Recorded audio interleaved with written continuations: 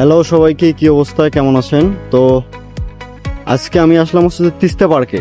রাস্তা দিয়ে যাচ্ছি তো হুট করে মনে হলো যে পার্কটার মধ্যে একটু ঘোরাঘুরি করে যাই। তো এই হচ্ছে আমাদের তিস্তা পার্ক। আসেন ভেতরে যাই। আমি ভেতরে আসার পর দেখলাম যে ছোট বাচ্চাদের যে রাইড আছে, তো এটা এখানে স্টার্ট করা।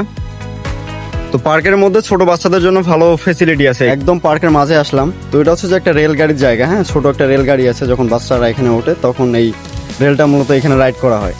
তো এখন স্টার্ট নাই, হয়তো বা লোক নেই এই জন্য। পার্কের মাঝখানে একটা ব্রিজ আছে, এটা মূলত রাতে অনেক সুন্দর দেখা যায় যখন এখানে লাইট গুলো দেওয়া থাকে।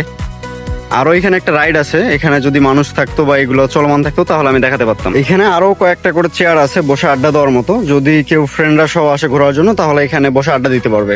তো আমি যে একটু আগে আর কি দেখালাম তিস্তার পার্কের মাঝে যে একটা ব্রিজ আছে, তো এই ব্রিজের মাঝ দিয়ে আমি এখন হাঁটতেছি। তো মোটামুটি ভালো লাগতেছে। এখানে এখন কিছু ফটোশুট করবো, পরে পেজে আপলোড করলে দেখতে পারবে। ব্রিজ থেকে নেমে আসার পরে সামনে দেখতে পারলাম যে কয়েকটা পেঙ্গুইনের ছবি এখানে আর কি আছে। মানে এগুলো হচ্ছে যে মমি আর্ট করে রাখা হয়েছে।